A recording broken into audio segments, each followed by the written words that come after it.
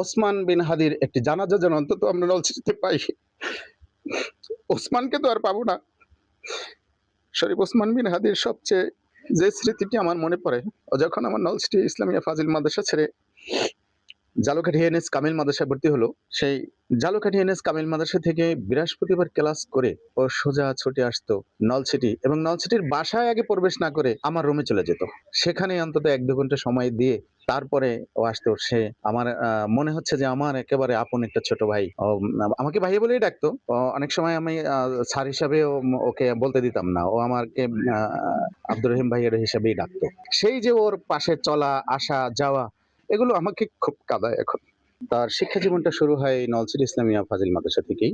এখান থেকে শুরু হওয়ার কারণ হলো শরীফ ওসমান বিন হাদির যিনি পিতা, মাওলানা আব্দুল হাদী সাহেব নামে পরিচিত, তিনি এই নলছিটি ইসলামিয়া ফাজিল মাদ্রাসার উপাধ্যক্ষ ছিলেন, অর্থাৎ ভাইস প্রিন্সিপাল ছিলেন। সেই থেকে আহ, এদের সাথে পারিবারিকভাবেই আমার যেমন যোগাযোগ, তেমনি ও আমার যেমন ছাত্র এবং আমার একটা খুব কাছের ছোট ভাই হিসেবেই আমাদের হাতেই গড়ে উঠেছে। এবং সেই ছোটকাল থেকেই ওকে দেখছি যে ওকে কোনো কথা একবারের বেশি দুবারে বুঝাইতে হয়নি। অন্যকে যেটা 10 বার বুঝিয়েও পারা যায় নাই, ওকে সেটা একবার বুঝিয়ে পারা গেছে। তার যে মেধা, তার যে কথার তেজ এবং তার বুদ্ধিদীপ্ত যে উপস্থাপনা, সেগুলো আমাদেরকে ওই শৈশব থেকেই আমাদেরকে আকৃষ্ট করেছে।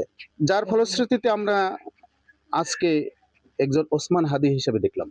যেই ওসমান হাদী আসলে শুধু এটা নলছিটির যে ছেলে এবং নলছিটির মধ্যেই তার সীমাবদ্ধতা ছিল না, সেটা যেমন জাতীয় পর্যায়ে ওর শিক্ষা জীবনেও যেমন জাতীয় অনেক পুরস্কার ওর রয়েছে, এবং এই রাজনীতি যখন বিগিনিং পিরিয়ড ছিল, সে বড় ধরনের কোনো রাজনীতি এখনো শুরু করে নাই, কেবল শুরু করতে যাচ্ছিল।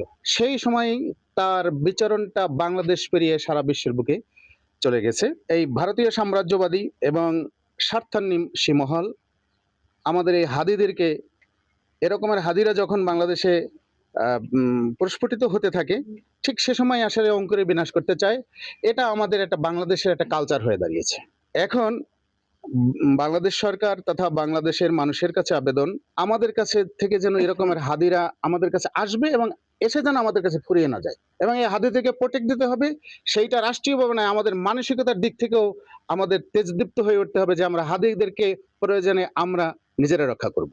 বর্তমান পরিস্থিতি যেটা, ওর জন্য শুধু নলছিটি কাঁদে না, সারা বাংলাদেশ কাঁদে।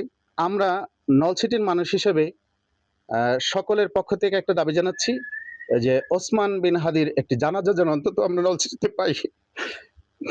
ওসমানকে তো আর পাবো না। নলছিটিতে মাসখানেক আগে ওর সাথে আমার দেখা হয়েছিল, মাত্র 1 মিনিটের একটা সাক্ষাৎকার ছিল। শুধু কুশল বিনিময় হয়েছিল। ওর যে বরিশালে একটা প্রোগ্রামে এসেছিল, মোটরসাইকেলের দ্বারাই আমাকে যাওয়ার সময় দেখলো, দাঁড়াইয়া শুধু 1 মিনিট কথা। ওর ব্যস্ততা দেখে আমি আর ওকে বেশি দাঁড় করাতে চাই নাই, দ্রুত ছেড়ে দিয়েছি। এই ছিল সরাসরি ওর সাথে কথা। আর বাকি কথা এবং ওর কথাগুলো আমরা নিয়েছি মিডিয়া থেকে।